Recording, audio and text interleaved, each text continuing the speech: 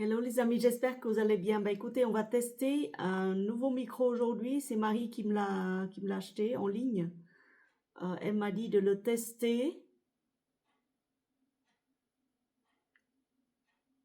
Donc comment ça fonctionne ce truc? Voilà, ça y est. Hop, je la mets en marche. Je la mets là. Et nous voilà partis. Si vous entendez bien, vous me faites signe. Voilà, ça y est, c'est fait. Mettons un peu de musique hein, pour commencer. Un peu de musique, ça adoucit les mœurs et les esprits. C'est quoi le code? Ah oui, là, le code. Excusez-moi. Je fais en live comme ça, je prépare rien. J'aurais dû préparer des trucs, mais bon, voilà. Je mets un peu de musique calme après une journée à courir partout. Hop.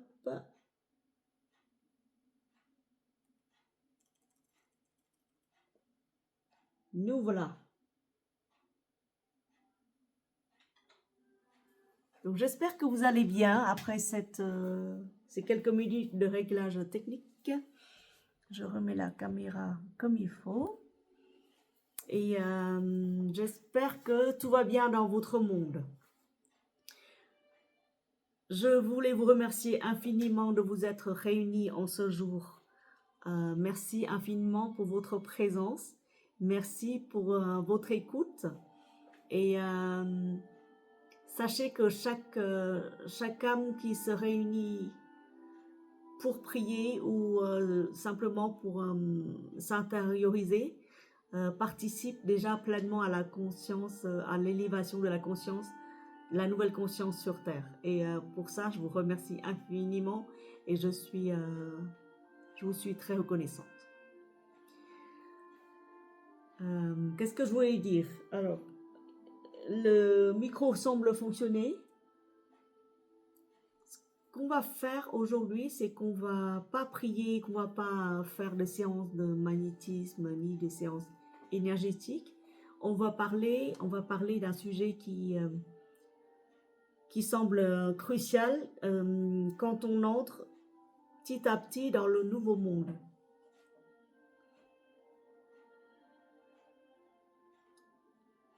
C'est quoi le sujet d'aujourd'hui qu'on va évoquer? C'est le sujet de la... Existe-t-il? Parce que je reçois aussi beaucoup de commentaires. Les amis me demandent très souvent de partager mon point de vue. Et évidemment, ici, c'est un point de vue. C'est un vécu du vivant qui s'exprime devant vous.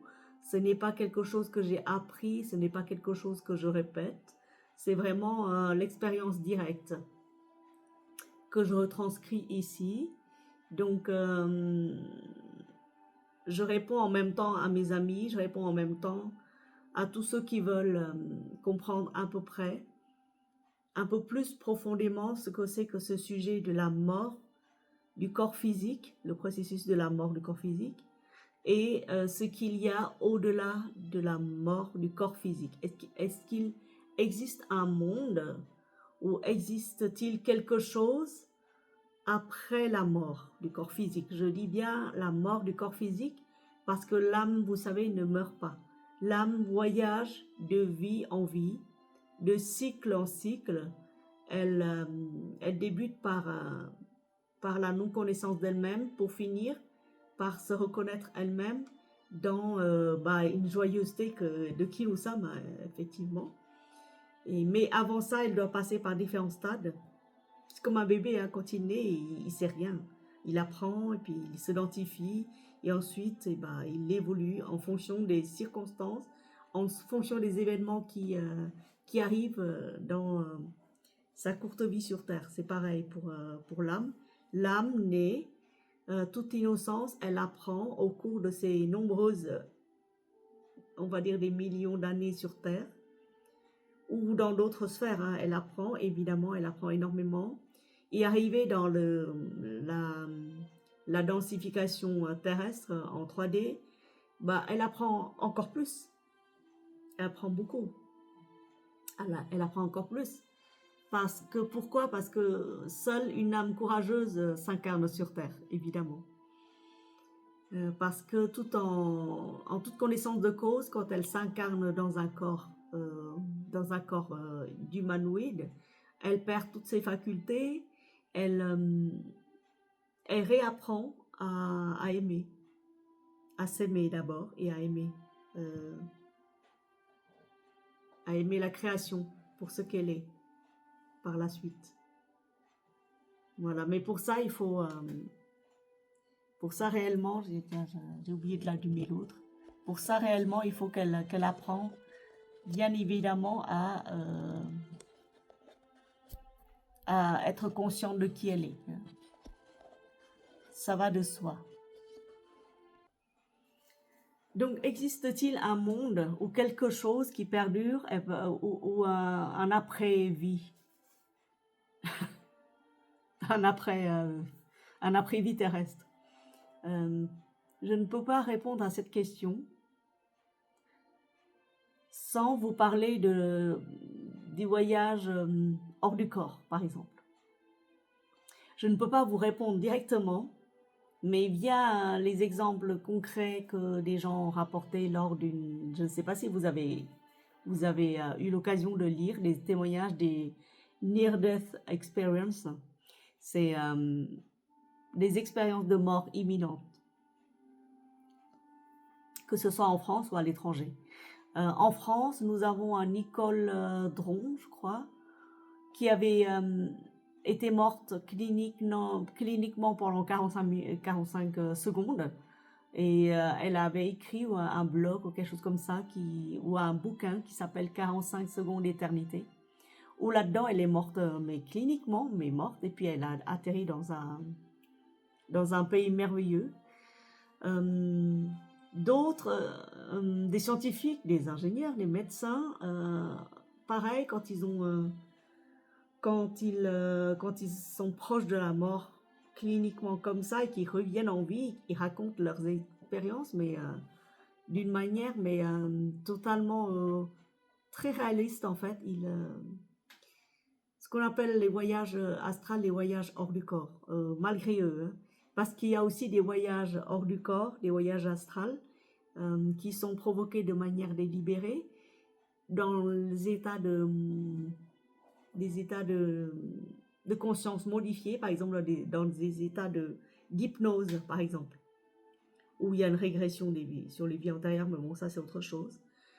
Pour ma part, sachez que j'ai fait 3 ou 4 voyages hors du corps, ce qu'on appelle les voyages astrales tout simplement, où vous projetez votre conscience, la conscience est projetée dans un autre monde sans avoir connu, vous savez, des near-death experiences ou sans avoir subi ce qu'on appelle des expériences de mort imminente. Mais quand j'avais 3 ans, excusez-moi, quand j'avais 3 ans, 3 ou 4 ans, je m'en souviens d'une épisode particulièrement heureuse de ma vie. Ça a peut-être duré un peu plus d'une demi-heure ou 1 heure. Parce que j'étais tombée très gravement malade, je ne sais plus pourquoi. Et je m'en souviens, je me suis endormie. J'étais tombée endormie. Vraiment tombée, mais endormie. Et alors, je vous la raconte aussi parce que pour répondre justement à votre question, il faut avoir en face de vous quelqu'un qui a vécu les expériences de ce type-là pour que vous puissiez comprendre et intégrer tout le processus en fait. C'est pour mieux vous comprendre en fait, hein, c'est pas pour vous raconter ma vie ou autre, mais sachez que on ne peut comprendre que si on a été en contact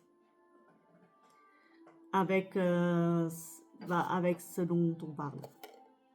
Et là précisément, c'est en contact avec le monde de l'après-vie du corps physique. Et alors, j'étais tombée très gravement malade. Et j'étais tombée, mais je ne sais pas comment ça s'est passé. C'est comme si, le sentiment, c'était comme si vous fermez les yeux et que vous dormez.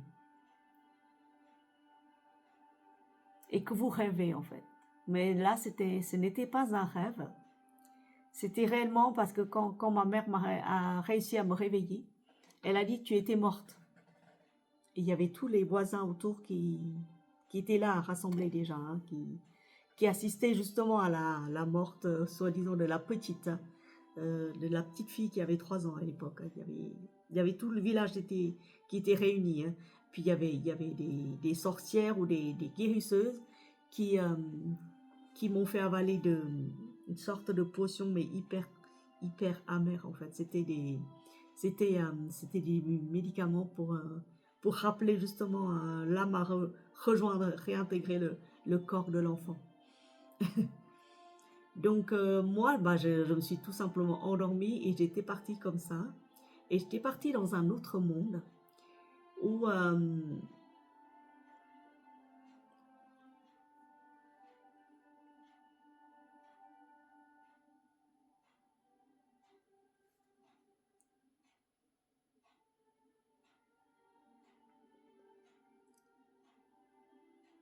oh, c'était juste un test, hein.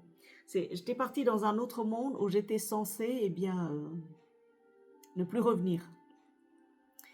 Et alors, dans ce monde-là, il y avait déjà des champs de coquelicots. Les coquelicots, mais d'une telle beauté, mes chéris. Si vous pouvez voir, enfin, je ne vous souhaite pas, mais si vous pouvez imaginer un seul instant les couleurs éclatantes d'un champ de coquelicots, avec l'air, un air mais embaumé, irisé, et les couleurs n'existaient pas sur Terre. Vraiment, les couleurs, il n'y avait pas ces couleurs-là, parce que ce ne sont pas des couleurs brutes que vous peignez sur une toile. Même, je ne retrouve même rien de tout ça chez les artistes les plus accomplis. Depuis ce jour, je vous le jure, hein, depuis ce jour, j'essaye de repeindre les couleurs que j'ai vues en ces instants-là, mais je n'arrive pas, j'arrive pas, tout simplement, j'arrive pas. Voilà.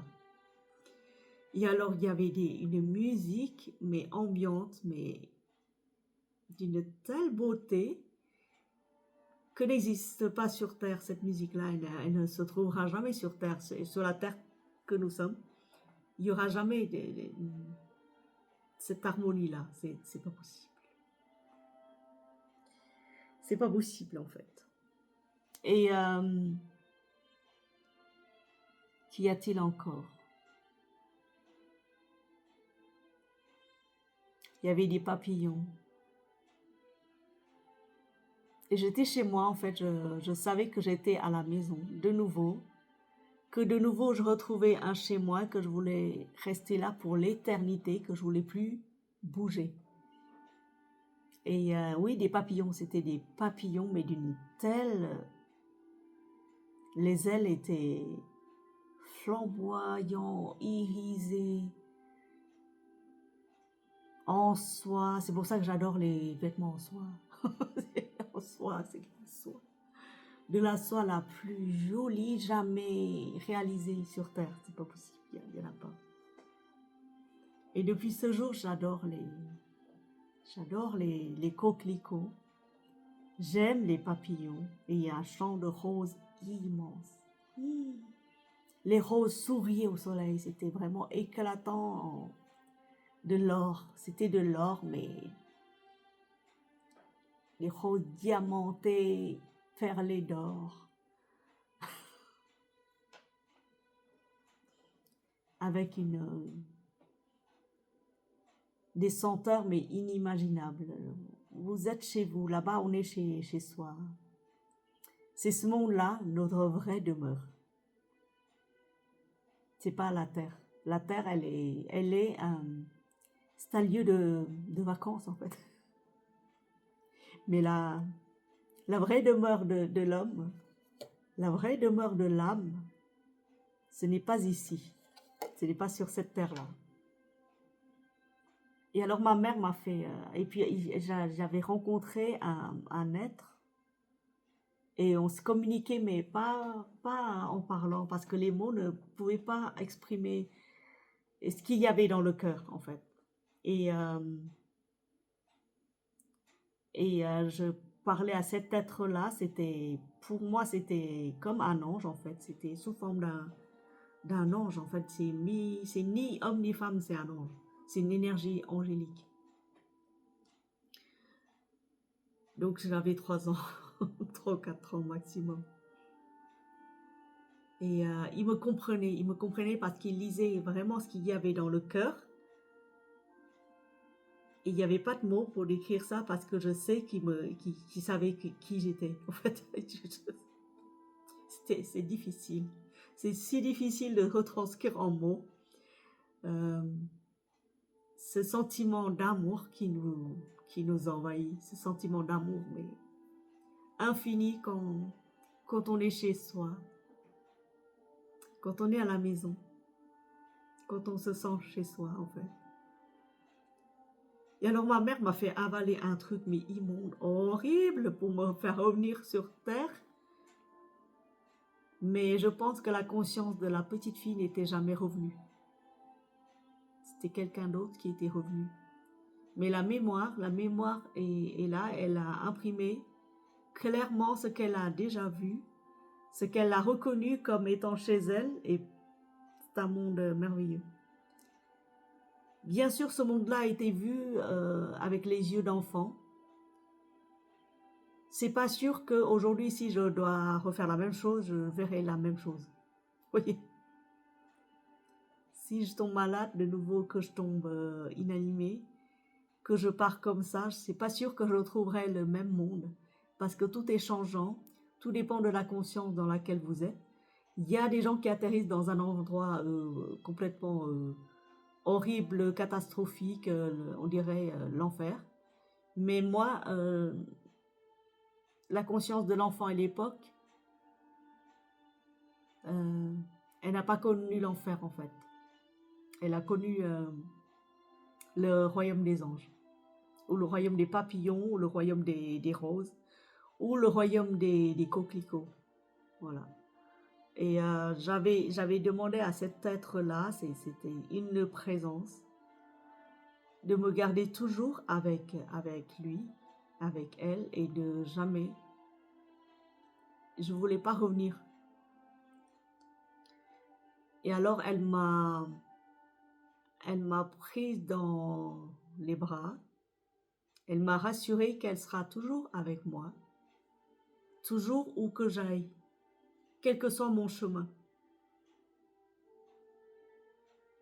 Voilà la première expérience de mort imminente à l'âge de 3-4 ans. Je m'en souviens plus exactement à quel âge c'est, mais l'expérience reste gravée, imprimée dans mon cœur. Et petit à petit, quand je suis revenue, j'ai vu que le monde a changé de toute façon autour de moi, que rien ne sera plus pareil,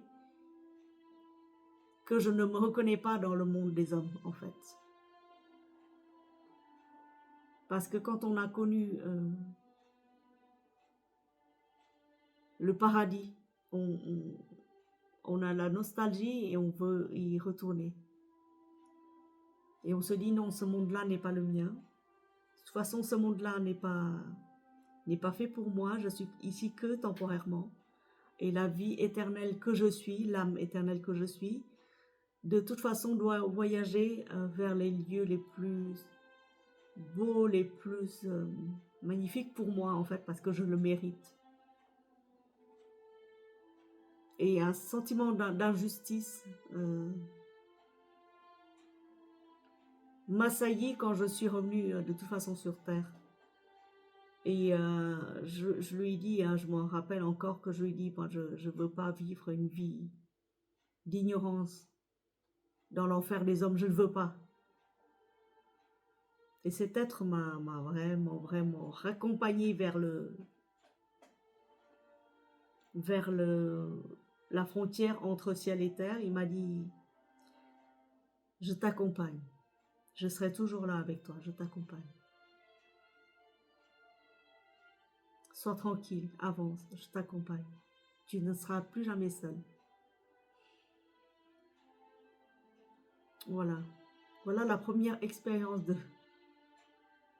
mort imminente. Par la suite, quand il y a eu l'ouverture de la conscience de qui je suis, l'ouverture de ce cœur qu'on appelle le cœur véritablement, pardon, le cœur véritable de l'homme, le cœur de lumière.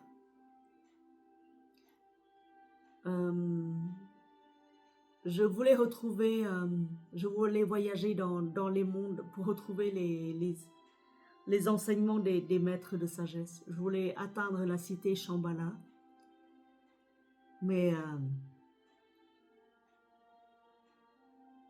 je ne savais pas que j'allais rencontrer quelqu'un que j'ai oublié depuis très longtemps, parce que ça fait trop... À l'époque, ça faisait...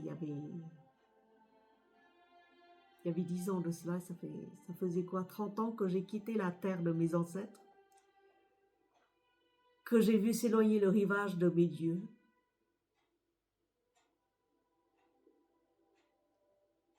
et que de toute façon, je sais que je ne reviendrai plus, et que de toute façon, mon grand-père était décédé pendant que j'étais en France, ma grand-mère et mon arrière-grand-mère. Et le jour où l'arrière-grand-mère était décédée, je me voyais marcher sur un champ immense, mais une telle tristesse. Et le lendemain, j'ai reçu un télégramme. Mes parents ont reçu un télégramme comme quoi arrière-grand-mère est décédée à l'âge de presque 100 ans. Donc à partir de ce moment-là, je sais que je suis en connexion, que cette connexion-là reste encore malgré la séparation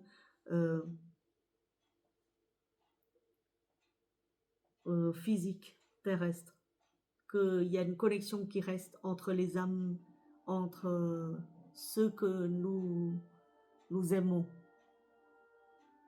Parce qu'elle est venue me prévenir, comme quoi elle partait. C'est pour ça que je me suis vue traverser un champ de mort, en fait.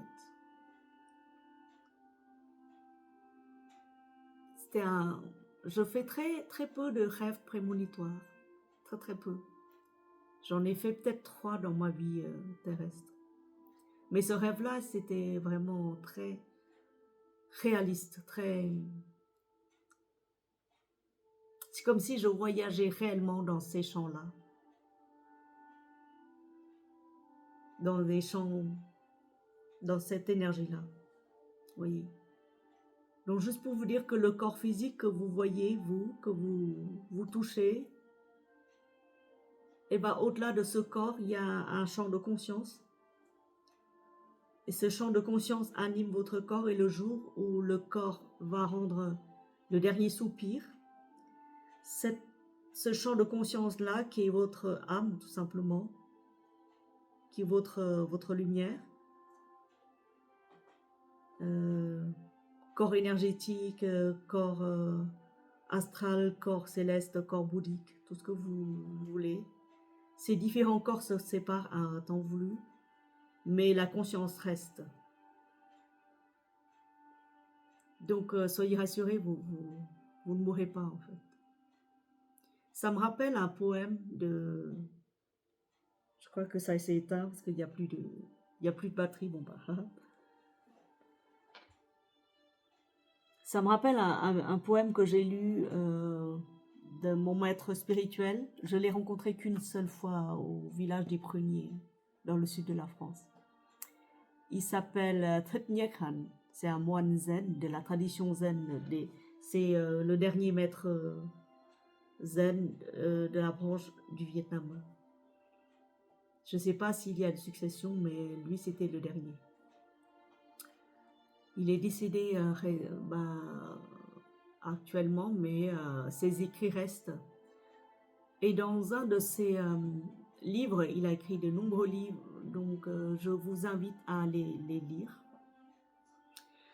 Dans un livre qui s'appelle Pas de destruction, pas de naissance, soyez rassurés, n'ayez pas peur. Et là-dedans, je vais vous le traduire textuellement, c'est « Depuis toujours, j'ai été libre.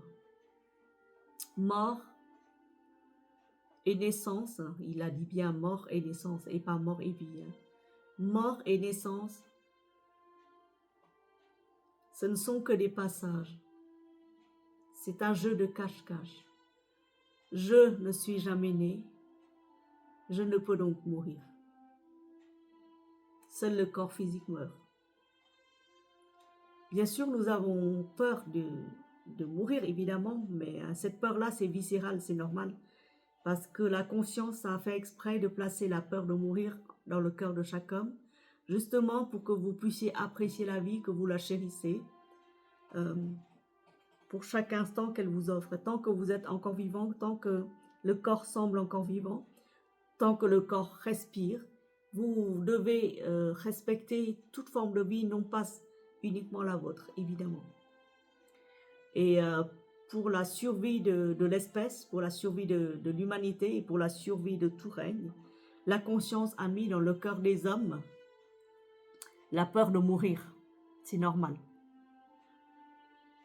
Donc derrière la question, existe-t-il un monde après la mort, je détecte la peur de mourir, tout simplement. C'est normal d'avoir peur, de toute façon. Si vous n'avez pas peur, vous mettrez déjà votre main dans le feu, vous ne pouvez pas sauvegarder votre corps. C'est le seul but de la conscience. C'est juste pour sauvegarder, pour préserver le corps physique. Parce qu'il est soumis à la loi du temps. Mais même le soleil meurt un jour, donc le corps physique va mourir de toute façon pour chaque être humain sur Terre. Et existe-t-il encore une vie après la mort? Oui. Tout dépend de votre niveau de conscience. Il y en a qui atterrissent dans les profondeurs des océans, il y en a qui vont atterrir avec des maîtres ascensionnés, il y en a qui vont chez les Bouddhas, il y en a qui vont chez Dieu, chez Krishna, chez les musulmans, c'est avec Dieu, voilà, c'est avec le prophète. Chez les chrétiens, c'est avec des anges. Chez les Bouddhas, les bouddhiques, c'est soit tu fais du bien sur terre et que tu atterris chez les bouddhiques, et chez les Bouddhas, soit tu as fait des actes répréhensibles alors tu es atterri en enfer. Tout dépend de votre niveau de conscience. Je vous invite bien sûr à vous renseigner, à vous documenter sur les voyages astrales, c'est hyper important. C'est très intéressant, très très intéressant. Et là dernièrement, je suis tombée sur deux êtres éveillés que j'adore particulièrement parce qu'ils sont hyper joyeux. J'ai eu l'occasion de les croiser à Paris, plusieurs fois d'ailleurs. Particulièrement Gérald. J'ai acheté leur livre aussi et j'ai refilé à ma sœur évidemment. J'ai acheté leur livre, oui, j'étais allée 2 ou 3 fois à la rencontre de Gérald et pareil au contact de cet être hyper joyeux. Moi j'étais vraiment très contente. J'étais à Paris à l'époque donc c'était plus facile d'aller à la rencontre des gens éveillés. Ils ont souvent des séminaires. Je vous mettrai en barre d'infos le lien de la vidéo sur la vie après la mort de Pierre et Gérald qui répondent avec exactitude à vos questionnements. Mais je pars déjà de l'expérience que j'ai connue quand j'avais 3 ans. Et il y a plein de récits qui relatent évidemment le monde astral dans lequel l'âme atterrit une fois le corps séparé, une fois qu'elle soit séparée, débarrassée de son corps physique. C'est un soulagement pour l'âme en fait. Et dernièrement, mon père qui a fait 2 ou 3 crises cardiaques ces derniers temps, il m'a raconté, lorsque j'étais allée le voir à l'hôpital, il m'a dit, écoute,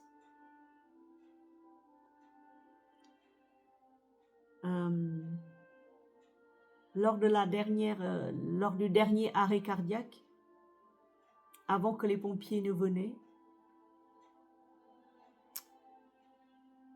tout d'un coup, je me trouvais devant chez moi, ou avant que les médecins l'intervenaient, ça s'est passé à l'hôpital. Et je me retrouvais tout d'un coup chez moi, devant chez moi, je me promenais dans mon jardin. J'ouvrais la porte de mon jardin, j'ouvrais le portail, et il y avait le gardien de la maison, le gardien du seuil, son propre gardien. Il lui a dit, retourne d'où tu viens. C'est pas encore le moment. Ce n'est pas encore l'heure. Et bon, la seconde après, il a été réveillé par les médecins. Ils ont fait un massage cardiaque. Et il a dit, mais j'étais hyper heureux, j'étais hyper content, j'étais chez moi. J'étais débarrassée de toute cette maladie, de toute cette lourdeur-là, parce qu'il est très malade, papa. Bon, j'étais débarrassée des douleurs, des aiguilles qu'on pique, des fils qui pendaient de partout. Mais j'étais bien, je retrouvais la force de mes 20 ans. Je franchissais allègrement la porte de l'entrée de ma maison. Je me dis, tiens, il y a ça à redresser, il y a ça à refaire, il y a les pavés à nettoyer, il y a l'arbre à redresser, il y a la haie à couper, il y a tout. Et on m'a dit, non, c'est pas encore le moment, retourne d'où tu viens. Mais je suis chez moi. Voyez Voyez que le papa, quand il quitte son corps, il retourne chez lui, c'est-à-dire chez lui, là, devant sa maison. Donc tout dépend du monde après-vie que vous envisagez. Tout dépend du niveau de conscience dans lequel vous êtes. À ce moment-là, je vous conseille également de lire le livre de Sogyal Rinpoche, le livre tibétain de la vie et de la mort. C'est hyper joyeux, il n'y a rien de macabre là-dedans. Je l'ai lu. C'est un vieux livre que j'ai hier. Pourquoi je vous remercie de m'avoir posé cette question-là. Parce que je pars toujours de mon expérience personnelle et je vous dis, moi, jusqu'à l'âge de 16 ans, donc jusqu'à l'âge de la fameuse nuit où j'ai marché dans le champ des morts, jusqu'à là, j'ai très très peur de la mort. J'ai vraiment la trouille de mourir, je vous dis, les amis. J'ai vraiment la trouille, même si j'avais déjà connu des états de mort cliniques à l'âge de 3 ans, à l'âge de 4 ans et même à l'âge de 6 ans, 7 ans, je crois, par la suite. J'ai oublié ce que c'était parce que l'enfant que j'étais, il oublie très très vite, évidemment. Et j'avais très très peur, mais vraiment peur de la mort. J'étais dans un constant état d'alerte, burn-out, je pétais un câble tout le temps, j'étais vraiment très violente envers tous. Hein. Cette violence-là, à l'intérieur, ça se manifestait. C'est parce que j'avais peur de mourir, tout simplement. J'avais peur de la mort. J'avais peur d'atterrir dans un néant horrible. Et un jour, je me suis endormie et je me suis dit, tant pis, il n'y a qu'à mourir. De toute façon, je te laisse faire.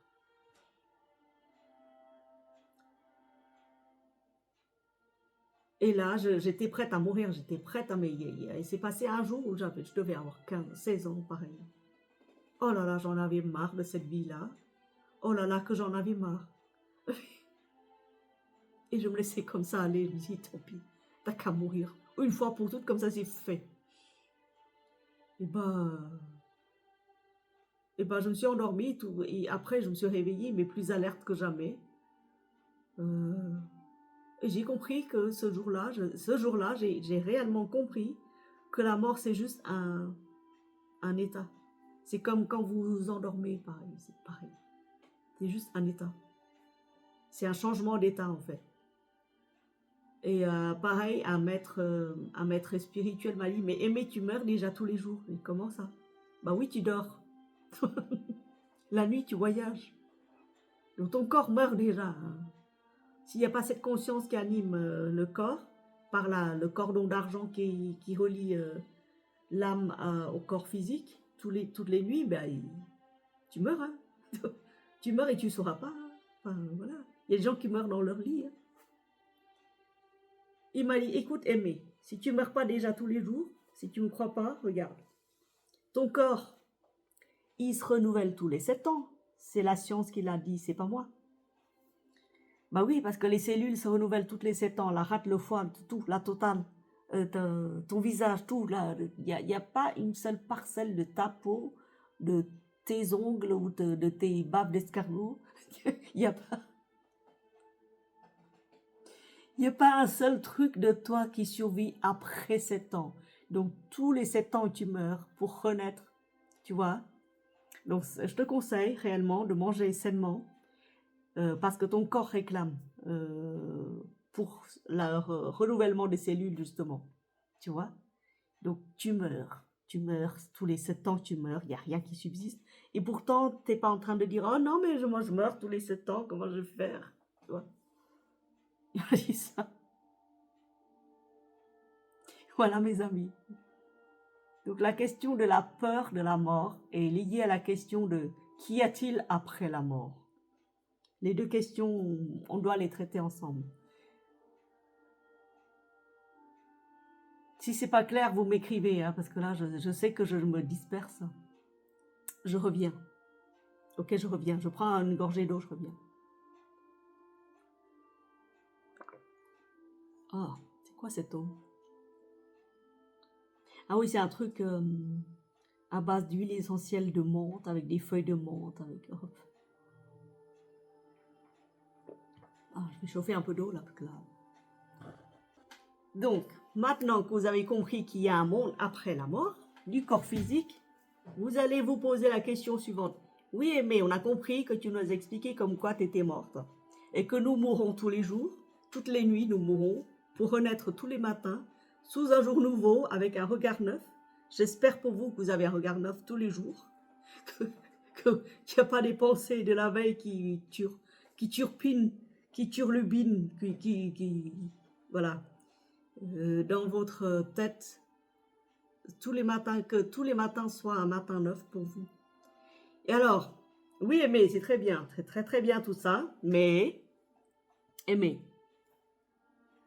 Est-ce qu'on va retrouver les êtres chers qu'on a perdus dans cet au-delà? La question est oui, vous allez les retrouver. Garantie. Pourquoi? Autre exemple, expérience directe. Moi, quand je me suis ouverte à tout ce monde magique, phénoménal, inimaginaire, qui s'appelle voyage astral, parce que je me suis dit, oui, quand même, j'ai compris que je ne suis pas que ce corps physique. Au moment où la voix me dit, tu es plus que cela, alors plus que cela, pour moi, plus que cela, il faut m'expliquer. Si on ne m'explique pas, je cherche. Je cherche et rassurez-vous, je vais le trouver. Alors là, je tombe sur tout un monde magique. Voyage astral. Voyage par l'hypnose. Alors là, je vais à fond là-dedans. J'ai testé plein de méthodes. L'hypnose. Les voyages chamaniques. Oh là là. Un jour, ma soeur me dit, tiens, je t'envoie un truc, les flûtes chez les Indiens. Les flûtes Inca ou un truc comme ça, je ne sais même plus ce que c'était sur YouTube. Où il n'y avait pas encore toute la pub. Alors je me mettais en conscience modifiée, méditation légèrement. Je mets le truc de la flûte, le chant des flûtes des Indiens. Et là, fiouf, changement d'état. C'est comme si j'étais morte. Hein. Franchement, changement d'état. C'est comme si quand j'avais 3 ans et que paf, changement d'état, j'atterris nulle part, là-bas. Là, changement d'état. Oh. Ouais, changement d'état pour aller où? Alors, il y a une voix qui me dit, tu veux aller où? Je dis, mais je veux aller là où il y a un monde féerique, un monde merveilleux, là où je suis moi. Je veux aller chez moi. Je veux visiter mon monde. Le monde des maîtres ascensionnés. Parce que j'ai une affinité avec eux. Je ne sais pas pourquoi. Peut-être que dans les temps anciens, et là j'ai appris récemment que dans les temps anciens, j'étais liée à la chaîne montagneuse de l'Himalaya. Et que j'ai appris pas mal de trucs auprès des maîtres ascensionnés au pied de l'Himalaya ou sur les hauteurs de l'Himalaya. Donc du coup, je me suis dit, ah, je veux aller là, je vais atteindre les monts himalayens.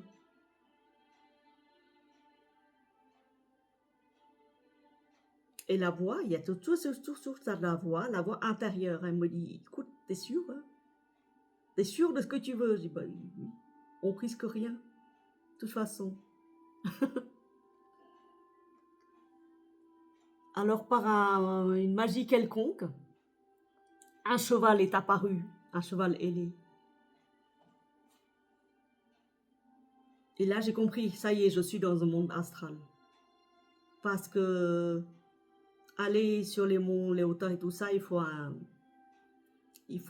moyen de locomotion. Je peux ni voyager en avion parce que c'est pas possible. On est dans un monde féerique. Et pas intervenir en avion, ça fait tâche. Donc j'ai manifesté un Pégase. Et là, je vous jure, hein, c'est d'une réalité frappante. Hein. C'est pas une imagination du tout. Hein. Moi, j'étais là, j'ai écouté la flûte. Hein. J'ai rien fait d'autre. Hein. J'ai pas bu. Donc, Pégase est apparu.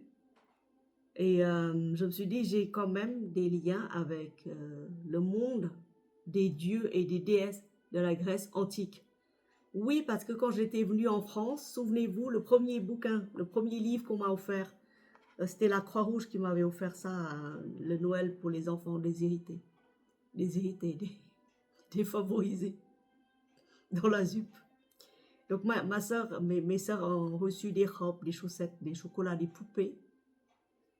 Et moi, j'avais reçu un grand livre, un gros, énorme livre, qui s'appelle Contes et légendes de la Grèce antique. Alors, qu'est-ce que j'ai adoré! J'ai passé la nuit à le lire et à le relire le lendemain, et le relire encore, et relire encore toutes les histoires dessus, là-dedans. Et je me reconnais, mais totalement là-dedans, je me suis dit, waouh, c'est ça la vraie vie, c'est pas... les dieux et des déesses de la Grèce antique. Oh là là. Alors j'ai manifesté Pégase pour m'emmener vers la terre des dieux, à travers les chaînes montagneuses de l'Himalaya. Et la voix me dit toujours, mais t'es réellement sûr que tu veux rencontrer ces maîtres parce que c'est des puissances phénoménales. Ça, tu sais ça, hein? Je dis, oui, je sais. Je connais leur puissance. J'assumerai, t'inquiète pas. Et alors Pégase m'a amené de plus en plus haut, de plus en plus haut, de plus en plus loin, où il traversait des mondes et des mondes et des mondes, des sphères et des sphères. Et il m'a déposé devant une montagne.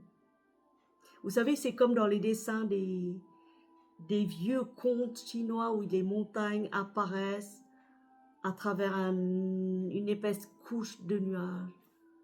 Ils apparaissent et ils disparaissent.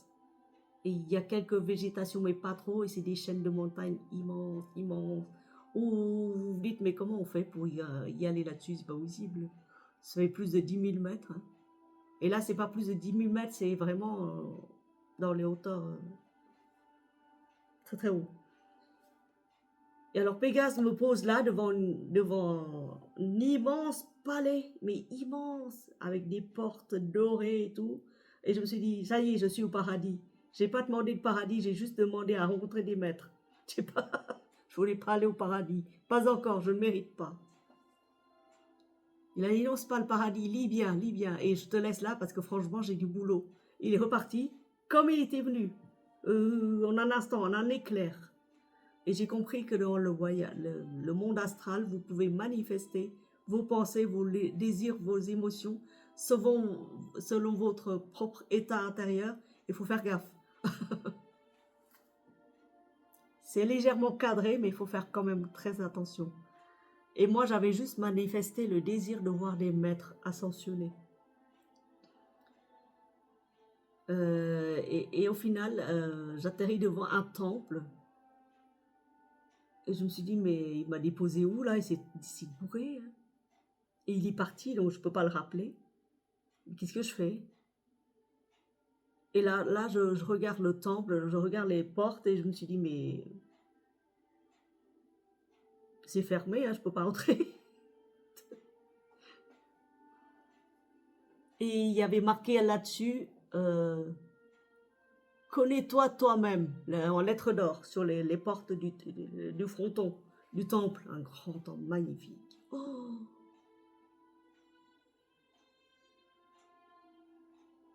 Oui, connais-toi toi-même. Oh là là, oh là. Alors là, c'est une question de l'humanité. Je ne connais pas toi-même. Enfin, bref. Connais-toi toi-même. Oh. Et c'est marqué, celui que s'y connaît pas ne n'entrera pas là-dedans. Je dis, oh là, oh mon Dieu. Et là, la voix réelle, l'ego, le mental qui subsiste encore, hein, il l'accompagne, il est là, c'est le truc, le système de survie, le gardien du seuil, il fait attention, non mais ne franchis pas ces portes. Tu sais pas ce qu'il y a derrière, tu seras foudroyé. Oh, toi qui rêves de voir des maîtres ascensionnés, c'est mort. Moi je sens la mort proche là, n'y va pas. Et je lui dis, mais on est déjà mort. De toute façon, quand tu atterris là, soit tu es déjà mort, soit ça va pas. T'inquiète pas, laisse-moi faire. Et puis qu'est-ce que j'ai. Et puis il y avait. Tout d'un coup, j'entends des. Je capte, mais. Je capte des voix. Deux voix qui me disent, bah, on n'a pas tout l'après-midi, et tu entres ou tu entres pas. Et là, je me tourne, je vois deux gardiens avec des lances étincelants, avec des. Vous savez, comme chez les Grecs, les gardiens, les deux gardiens avec des lances, avec des armures d'une magnificence, irisées d'or, pareil. Je me suis dit, ça y est, on est chez les dieux. Il s'est gouré, il m'a emmené chez les dieux. Le Pégase. Et, et les deux voix, mais télépathiques, hein, c'est même pas, ils parlent pas, hein, c'est télépathique. Ils sont là, ils gardent les entrées. Ils ont dit, tu entres ou tu entres pas, on n'a pas tout l'après-midi. Si tu entres pas, tu nous dis, comme ça on te renvoie là où tu es. Ouais, non, non, non, non, non, moi j'ai demandé à venir. Donc, oui, bah, j'avais tellement peur. J'avais tellement peur. Si je franchis ce temple, si je franchis ces deux portes-là, je ne sais même pas ce qui va m'arriver. Je serai foudroyée morte. Parce que à la rencontre des dieux, je suis un être mortel, je vous rappelle. J'ai juste voyagé consciemment en voyage astral, j'ai rien demandé d'autre.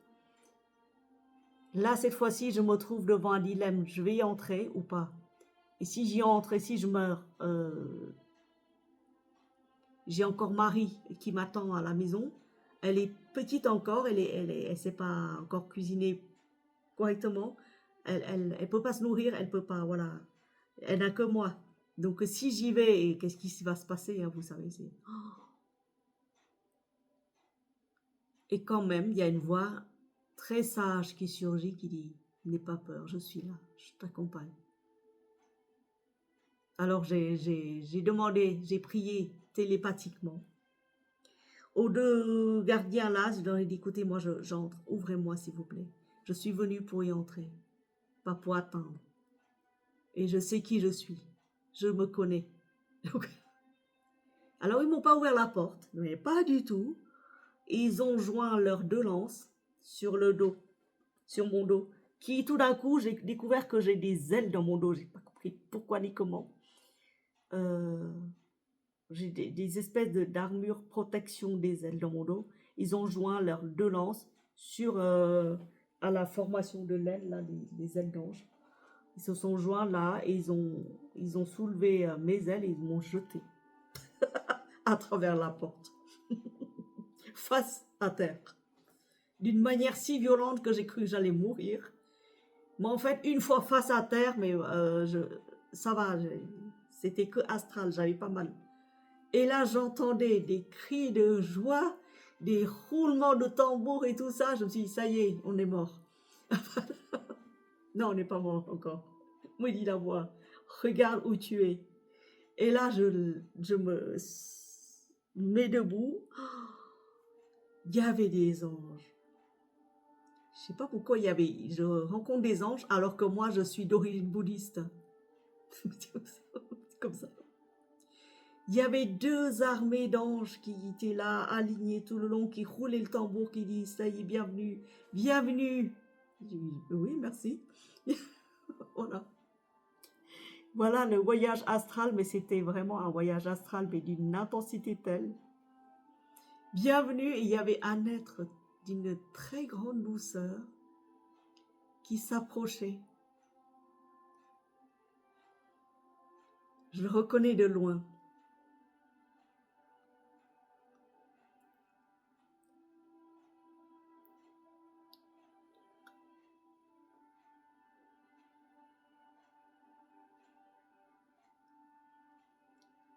Vous savez qui c'est?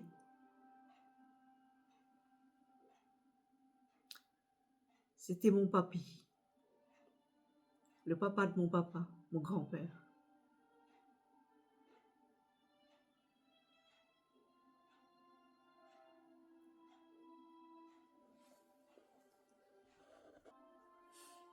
Voilà, donc je disais, c'était... Il y avait papy qui était venu m'accueillir. Il était là, il attendait. Il attendait que je prenne contact avec lui, il attendait toujours. Il a dit, je t'ai tellement attendu, j'ai tellement veillé sur toi. Et j'ai dit, mais pourquoi tu m'as abandonné depuis 30 ans? Je t'ai invoqué, j'ai toujours pensé à toi.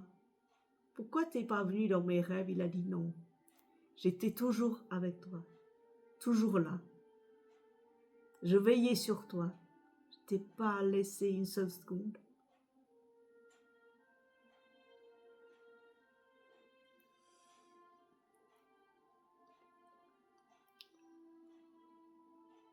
Alors il m'a relevé et puis il m'a dit, viens que je te présente ton gardien, ton autre gardien. Celui qui t'a accompagné depuis des siècles. Depuis que ton âme a évolué sur Terre, s'est égaré dans d'autres planètes, d'autres lieux, avec d'autres dieux. Il a toujours été là avec toi. Vous avez passé beaucoup de temps ensemble dans la lointaine Grèce antique et même avant encore, au temps des premiers dieux, au temps de la dynastie des premiers dieux, et bien avant encore, bien avant la chute de l'ancienne Atlantide. Bien, je te le présente. Vous savez qui c'est?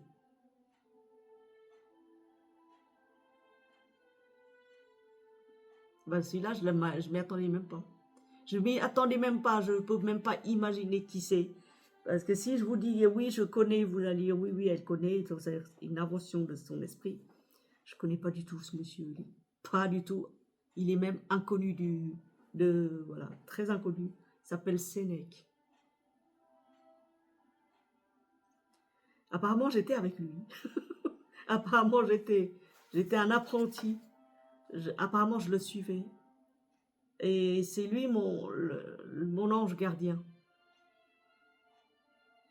Depuis toujours. C'est pas papy. Papy a été là. Juste après sa mort, il a veillé sur nous. Il a veillé sur toute la famille, particulièrement sur moi, parce que j'étais sa petite fille préférée. Et il était là tout le temps avec nous. Il m'a dit non, mais je t'ai jamais laissé tomber. J'ai toujours été là pour toi. Donc voyez que de l'autre côté, la vie, après votre corps meurt. Là, dans mon cas, c'était libéré, c'était provoqué, libéré parce que j'étais en méditation avec la flûte trouvée sur YouTube. C'est même pas... C'était la seule fois où je voyageais au pays des dieux. Et que j'ai rencontré mon ange gardien. C'était mon grand-père et mon instructeur, le maître spirituel on a tous un maître spirituel qui va se manifester. Autant voulu, hein, vous en avez tous un. C'est une énergie, c'est des énergies célestes. C'est votre propre énergie, vous l'avez manifestée hein, sous forme d'un maître, mais c'est vous. Et donc du coup, grand-père m'a remis dans les mains de Sénèque. Et j'ai dit, mais j'ai honte de moi. J'ai jamais lu un de tes ouvrages. J'ai beau lu Ovide, Homère, tout, mais jamais Sénèque. Il a dit, mais c'est pas grave. Je suis là. Je t'ai accompagné, ça suffit. Et alors, en rentrant évidemment de mon escapade astrale, j'ai tout de suite acheté un bouquin de Sénèque. Mais bon, voilà. Et puis il m'a dit, viens, je te fais visiter le pays des maîtres ascensionnés. Ah, je m'attendais au mont Himalaya et tout, je m'attendais à un truc, au final c'est pas ça. Tout ce qu'imagine l'ego, le mental, c'était très limité par rapport à ce que j'ai vécu réellement en esprit et en voyage. Il m'a fait viens. Alors je marche quelques pas avec lui, on s'éloigne, on va dans un jardin immense, magnifique jardin avec des fleurs de lotus. Et puis je regarde au loin, on préparait un chant, le chant des anges. C'est très joyeux et tout le monde se rassemblait. Et tout en haut, je voyais un trône d'or où se tenait une très belle créature, magnifique, une étoile. Et quand je l'ai vue comme ça, cette éblouissante manifestation, je me suis mise à terre, je me suis prosternée, mes faces à terre de nouveau, et la présence étendait sa main et les anges me relevaient. Ils ont dit, ne te prosterne pas, car nous sommes toi. Voyez.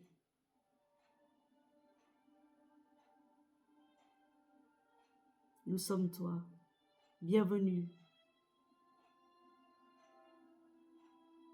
Repose-toi en un temps ici chez nous. Repose-toi. Fais un tour au jardin. Il y a des surprises qui t'attendent. Moi, j'adore les surprises. De surprise en surprise, j'adore les surprises. Et alors, Sénèque m'emmène dans un espèce de cours d'eau avec, vous savez, des chutes d'eau assez puissantes. Et là, sans un ni deux, il m'a jeté dans le cours d'eau. Je sais pas nager. Hein. Je sais pas nager. Il m'a jeté dans un cours d'eau comme ça, avec les chutes d'eau, les chutes de Niagara 10 fois plus puissants. Et alors là, il m'a jeté dans un truc ça immense. Je me disais, il veut me tuer. C'est pas possible. C'est pas possible. Mais curieusement, on meurt pas là-dedans. Et alors, il y a une force immense.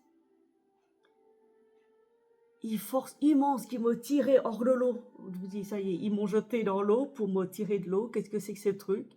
En fait, c'est pas qui m'a tiré de l'eau, j'étais sur le dos d'un immense cobra. Moi qui ai peur des serpents, ça y est, c'est mort. Je vous dis, vous allez affronter vos peurs dans les voyages astrales. Préparez-vous, mes très chers, préparez-vous bien avant de vous engager dans ce truc-là. Hein. Ah.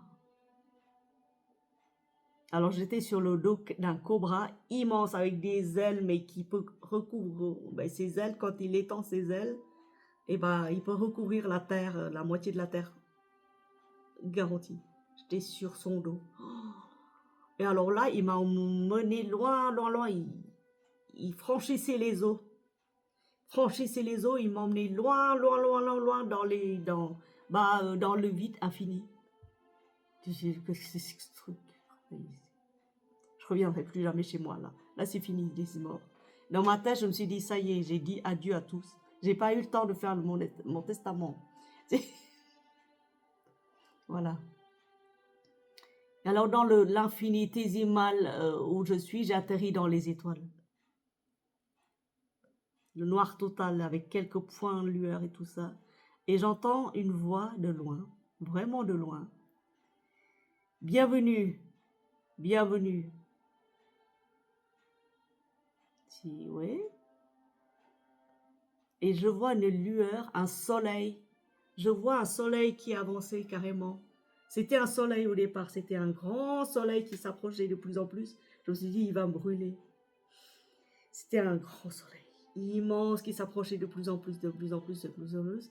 Et ces 6 chevaux d'or qui tiraient une boule, un trône d'or, un trône de feu, et là-dessus est installé Siddhartha, le prince, l'éveillé, l'avatar. celui qui a apporté la conscience bouddhique sur Terre.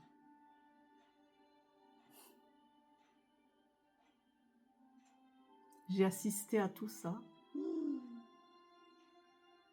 Et là, je me suis dit, la chance que j'ai quand même. Si j'avais laissé la peur s'installer en mon cœur, et si j'avais pas dit, ok, je franchis la porte du temple de la connaissance de qui je suis, même si je sais même pas qui je suis à l'époque. Si j'avais pas osé faire le premier pas, j'aurais pas connu tout ça. J'aurais pas pu vous parler du voyage astral le plus beau et le plus marquant. Après, il y a eu d'autres, hein, mais dans d'autres sphères, dans d'autres mondes. Mais celui-là a été le premier, le plus marquant parce que ça a duré une éternité. Et alors, le trône d'or s'avançait, il a dit, lève, écarte tes bras comme ça, écarte-les. Écarte-les, reçois la grâce. Reçois ce que tu dois recevoir. Alors j'ai écarté, là cette fois-ci j'écoute, j'obéis, je laisse faire, j'écarte mes mains. J'écarte mes pieds, comme vous savez le symbole de Léonard de Vinci, là, quand il... le symbole parfait de l'homme, dessiné par Léonard de Vinci. Alors j'étais dans cette position-là, sans le savoir, j'étais dans cette position. Et il y avait le cobra il avait des cornes. Et de ces cornes partait une lumière, une pure lumière d'or, qui venait comme une aiguille qui s'infiltrait en haut de ma tête et qui parcourait tout le long de mon corps et qui de là jaillissait toutes les couleurs de l'arc-en-ciel. Je savais même pas ce que c'était, j'étais tellement bien, j'étais waouh. Par la suite, j'ai appris que c'était une initiation que les maîtres ascensionnés me réservaient dans l'astral. Et là, je les remercie infiniment. Parce que moi qui rêvais de rencontrer des maîtres ascensionnés, bah, j'ai rencontré plus que ça. C'est pas faux, hein, la voix qui vous dit vous êtes plus que cela. C'est pas faux. Hein. Cette voix-là, c'est votre propre voix intérieure, c'est votre guide intérieur. Écoutez-la. Hein. Moi, je vous dis à chacun d'entre nous, vous êtes plus que cela, vous êtes plus que votre corps physique. N'ayez pas peur. Quand vous vous posez la question de savoir si il existe un monde après la mort du corps physique, je décèle,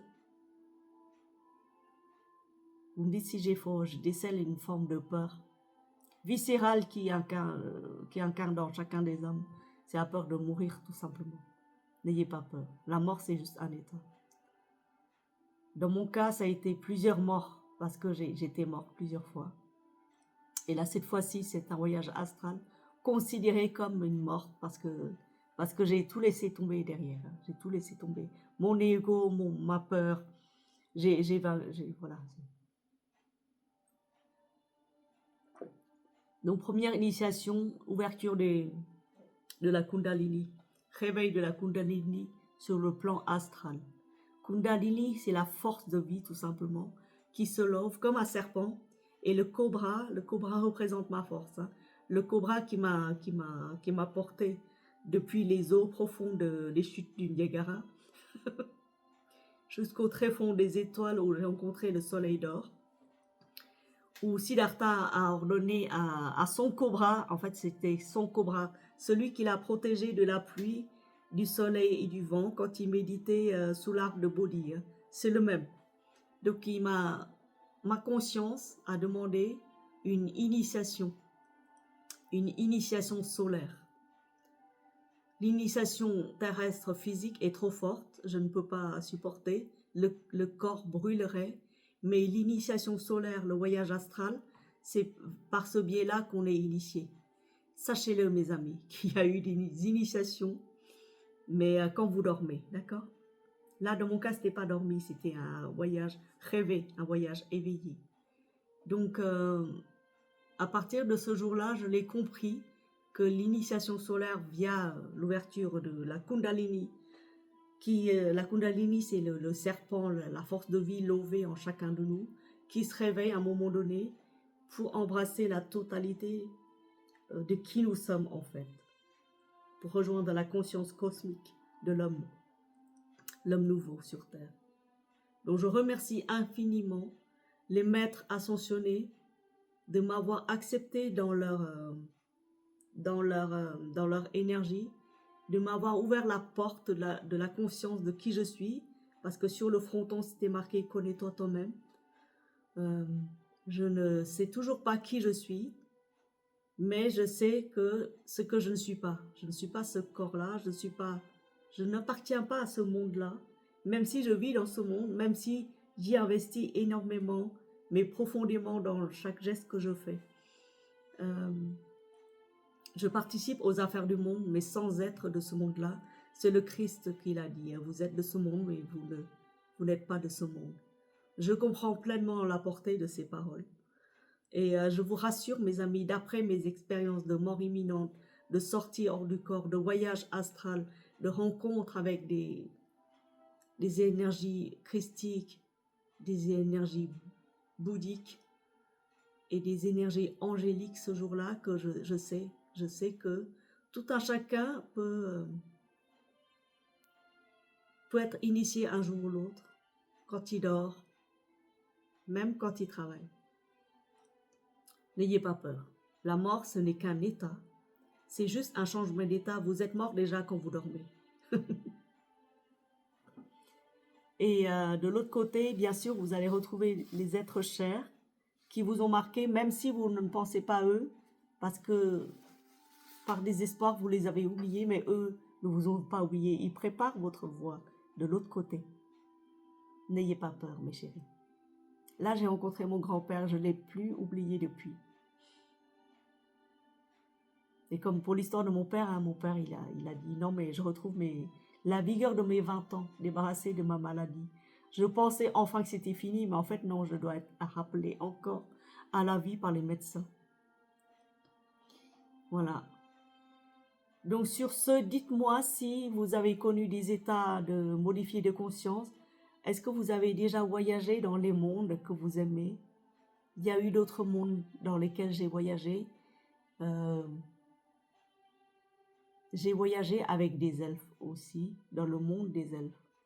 J'ai voyagé au centre de la Terre, au cœur des connaissances akashiques qui renferment toute la mémoire de l'humanité, au cœur des cœurs de la Terre, l'intra-terre.